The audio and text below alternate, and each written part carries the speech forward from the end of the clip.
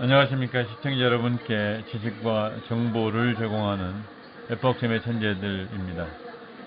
오늘은 산티아고 순례길과 섬티아고 순례길을 비교하면서 도보 여행을 출발해 보겠습니다. 섬 순례길은 정도면의 5개의 섬을 걷는 코스입니다. 총 12km로 도보로 3시간 정도 걸으면 완주할 수 있습니다. 섬티아고는 짧은 코스이지만 12개의 배당의 건축미와 섬의 기가 막힌 경관을 감상하면서 순례할 수 있습니다. 프랑스길과 섬티아고 순례길을 비교해 보겠습니다. 제가 표를 만들어서 6가지로 구분했습니다만 중요한 것은 3가지입니다. 먼저 방향성입니다. 산티아고는 일방향입니다. 산티아고 대 콤포스텔라가 종점입니다. 섬티아고는 양방향이 가능합니다. 지난해 성공항에서 수학도로 가서 12번부터 출발하는 방법이 있고, 대기점도로에 가서 1번부터 12번까지 가는 방법이 있습니다. 산티아고에는 여권이 있고 완주증이 있습니다. 섬티아고에는 없습니다.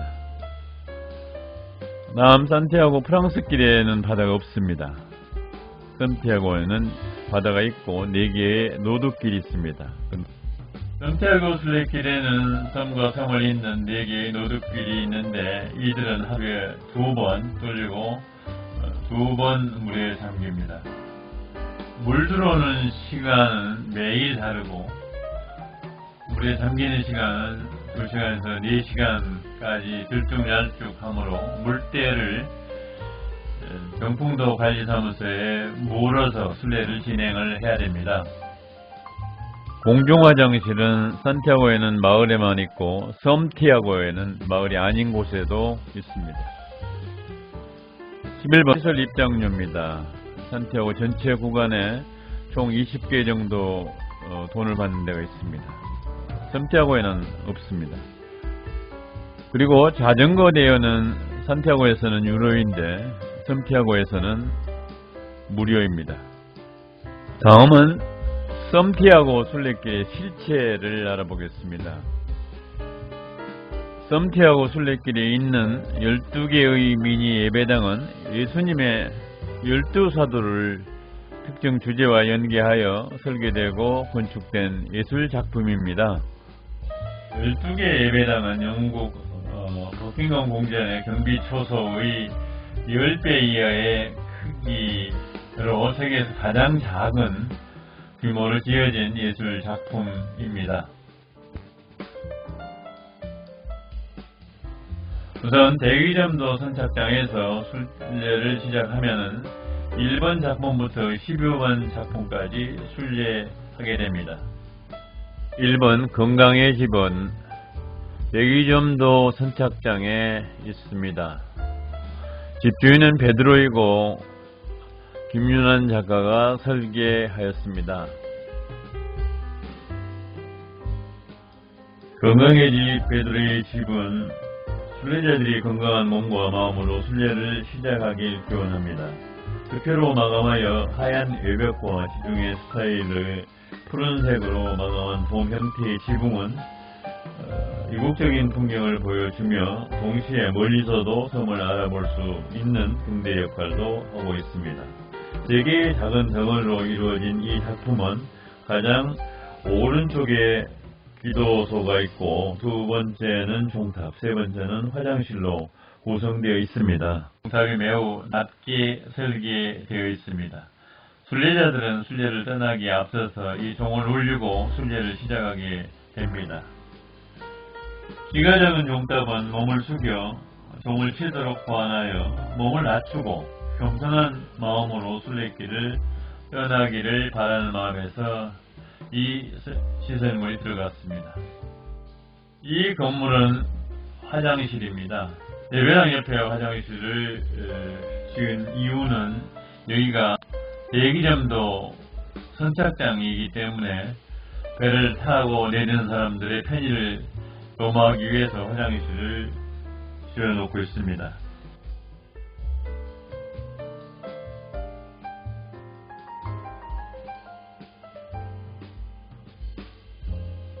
이번 생각하는 집입니다. 대기점도 북촌마을 동산에 위치하고 응앙의 집에서 한 600m 떨어진 곳에 자리 잡고 있습니다. 안드레아가 집주인이고 유원석 작가가 설계하였다고 합니다. 밀물과 썰물을 해와 달로 해석하여 둥근 모양의 구조물과 각진 모양의 구조물이 한데 붙어있는 작품입니다. 섬 주민들이 사용하던 돌결구와 요물통을 건축자재로 활용하여서 섬 주민의 삶과 애환을 작품으로 만들었습니다. 대기점도에서 흔히 볼 수 있는 들고양이들을 대기점도의 수호신으로 상징화하여 도무 꼭대기에 설치하였습니다. 이 집의 내부에는 둥근 돌로 된 평상을 배치하였고 발굴된 유물처럼 보이는 십자가, 소를 올리는 붙박이 선반을 벽면에 설치해서 순례자의 마음을 정화하고 사유하는 작은 공간으로 꾸몄고, 오른쪽 사진은 건물 외벽에 창을 내서 밖을 내다볼 수 있도록 하고 있습니다.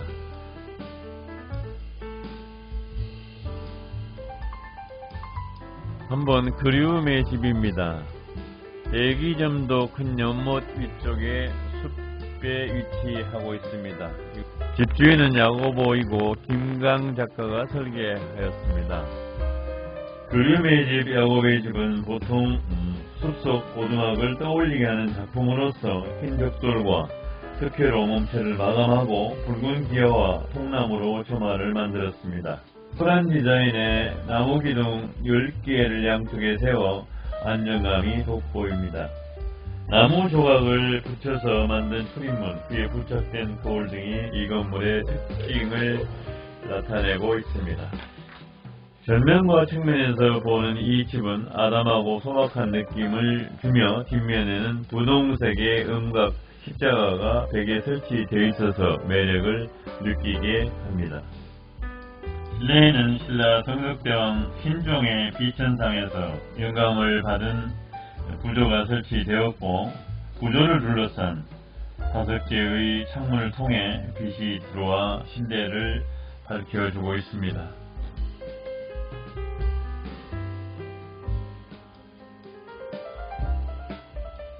개교된 초등학교를 리모델링한 로드 전시관이 있었습니다.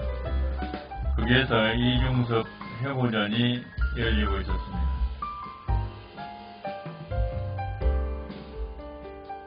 네 번째 생명평화의 집은 대기점도 남촌마을 팔각정 근처에 있습니다.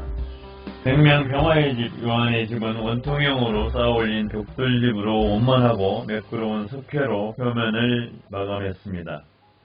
앞뒤가 뚫려 있어서 외부와 소통을 하고 있고, 천정의 스탠드 글라스가 빛의 밝기에 따라 변함으로써 아름다움을 창조하고 있습니다.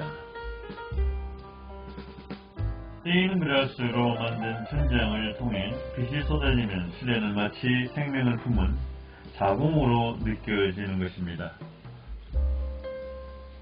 내부 벽면을 따라 설치된 곡선형의 의자에는 모자이크 타일이 사용되었고, 의자와 바닥 중앙에는 생명평화와 탄생을 상징하는 문양이 새겨져 있습니다. 생명평화의 집은 생명과 평화, 탄생과 죽음 같은 인간의 삶을 응축한 작품입니다.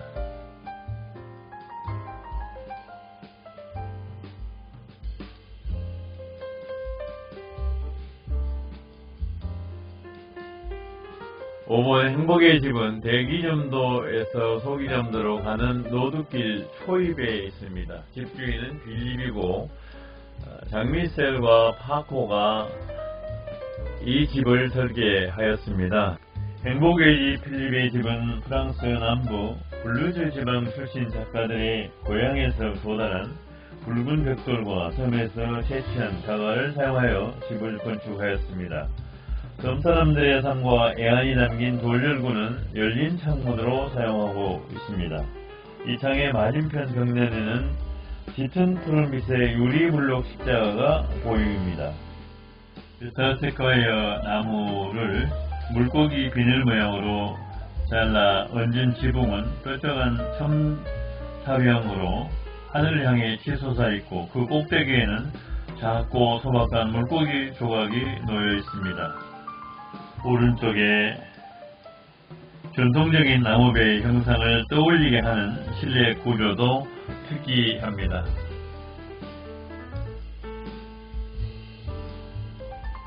6번 감사의 집은 소기점도 저수지 가운데에 위치하고 있습니다. 집주인은 바르톨로메오이고 장미셀과 얄룩이 설계를 했습니다. 감사의 집 바르톨로메오 집은 전체가 스테인드 글라스로 이루어진 구조입니다. 보는 위치와 햇빛에 따라 작품의 색채가 달라지는 이 집은 스테인리스 철 구조물과 투명한 홀로그램 필름으로 과감한 유리로 만들어져 물지개와 같은 영롱한 빛을 발산하고 있습니다. 소학도 저수지와 그 주변에 서식하는 여러 종류의 새, 파도, 연꽃 등의 모양에서 영감을 받은 이 집에는 방문객들이 누워서 하늘을 바라볼 수 있도록 물결 모양의 마루가 놓여 있습니다. 또한 태양광 패널이 설치되어 한낮에 빛을 모아 밤에는 은은한 빛을 발합니다. 현재는 순례자의 섬 게스트하우스, 수산물 판매소와 카페, 그다음에 숙소가 있습니다. 마을 기업으로 운영되고 있다고 합니다. 2년의 집은 소기점도 게스트하우스 뒤편 길목에 있습니다. 집주인은 토마스이고 김강 작가가 설계하였습니다. 2년의 집 토마스의 집은 작가가 손으로 하나하나 쌓아 올린 벽돌 구조물에다 섬에서 채취한 석회로 마감하여 자연의 색채와 인간의 건축이 조화를 이루는 작품입니다. 정면의 벽은 높게 쌓아 올렸지만 부드러운 곡선을 이루며 양쪽 끝으로 떨어지는 지붕선은 직선과 곡선, 지붕면과 입구면의 구성적 대비를 통해 안정감을 주고 있습니다. 좌측 벽면에서는 오병이 이어 상징이 구조로 설치되어 있고 뒤쪽 벽에는 자연광을 실내로 끌어오는 십자가 모양의 창이 설치되어 고즈넉한 감성을 일깨웁니다. 섬에서 볼 수 있는 수많은 별들은 유리구슬이 되어 작품의 바닥이 되었고 마치 은하수나 성자의 느낌을 보여줍니다. 사진은 2년의 집 안에 있는 내부 구조를 보여주고 있습니다. 8번 기쁨의 집은 소기점도 노둑길 갯벌 위에 위치하고 있습니다. 집주인은 마테오이고 김윤환 작가가 설계하였습니다. 기쁨의 집 마테오 집은 밀물에는 바다 위에 떠있는 집이 됩니다. 민트색 타일 지붕 꼭대기를 장식한 금빛 양파 돔은 이 섬의 특산물인 양파에서 모티브를 얻어 섬 주민의 일상과 삶의 경위를 표현한 것입니다. 위에서 보면 십자가 구조를 가진 이 작품은 러시아 정교회를 닮았습니다. 단면의 벽에 설치된 대형 창문 너머로 썰물 때는 갯벌을, 미룰 때는 바다 풍경을 감상할 수 있도록 설계되어 있습니다. 이 집을 방문할 때는 물때를 확인해야 하며 조금 늦게 되면은 다음 썰물까지 작품과 함께 섬 속의 섬으로 고립될 수도 있습니다.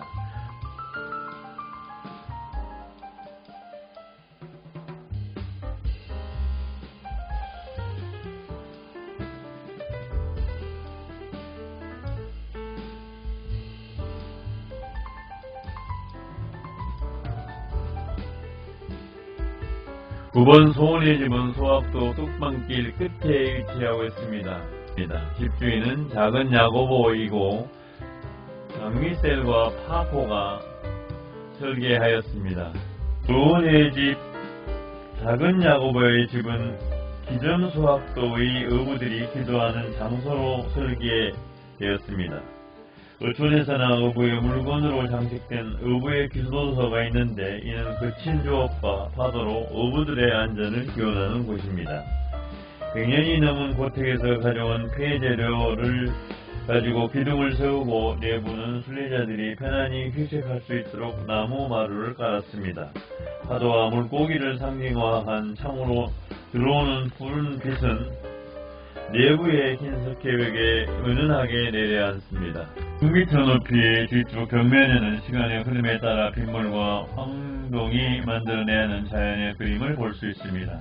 석회벽 한가운데에 설치된 자연석은 순례자들이 한 번씩 쓰다듬고 소원을 기원하도록 만들어졌습니다.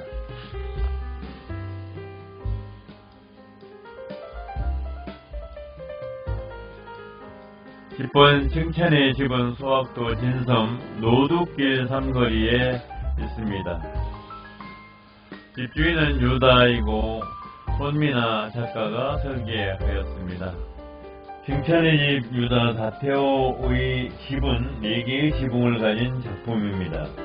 길이 갈라지고 합쳐지는 교차로를 상징화한 이 작품은 여러 개의 길과 삶, 마음이 하나같이 서로 칭찬하고 평화롭게 살아가기를 바라는 마음을 담은 작품입니다.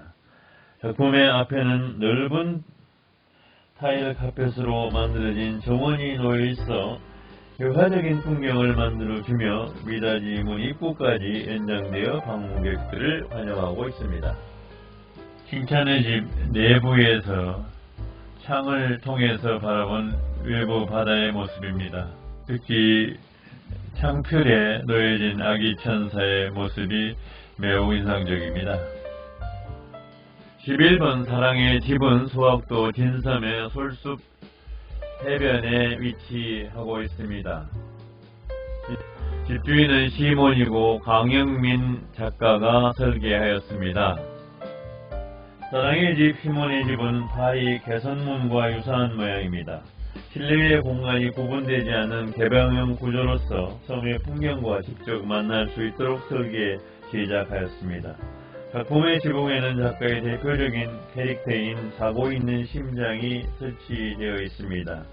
슬리핑 하트는 잠이 들기 직전의 상태를 보여주는 것으로서 삶과 죽음, 인간과 자연의 경계를 상징하고 있습니다. 조개 껍데기 모양의 구조가 작품 여러 곳에 설치되어 진주를 품은 조개의 아픔처럼 사랑도 아픔과 인내를 통해 얻을 수 있다는 것을 은유적으로 표현하고 있습니다.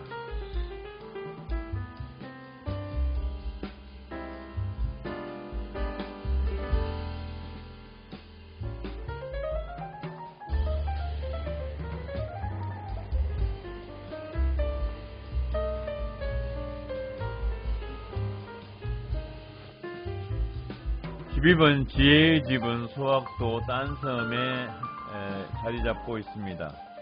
집주인은 가롤 유다이고 손미나 작가가 설계하였습니다. 지혜의 집 가롤 유다의 집은 붉은 벽돌을 쌓아 올린 고딕 양식의 청탑과 기와를 올린 지붕으로 이루어져 있어서 몽셀 미첼을 닮았습니다. 주 건물 앞에는 나사형으로 쌓아 올린 벽돌 종류가 놓여 있습니다. 이 종을 12번 치면은 12km의 순례길을 무사히 마무리했음을 알리게 됩니다. 순례길의 마지막에 나타나는 유다의 집에서 종탑마냥 뒤틀리고 꼬인 자신의 삶을 되돌아보고 반성하며 다시 일상으로 돌아가길 바라는 마음을 담았습니다.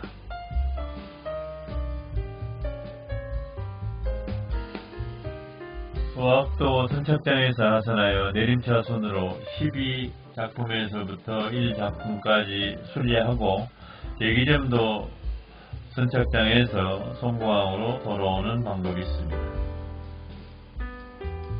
목포역이나 목표 시외버스 터미널에서 송공항으로 가는 방법은 시외버스 130번이나 150번을 이용하면 됩니다.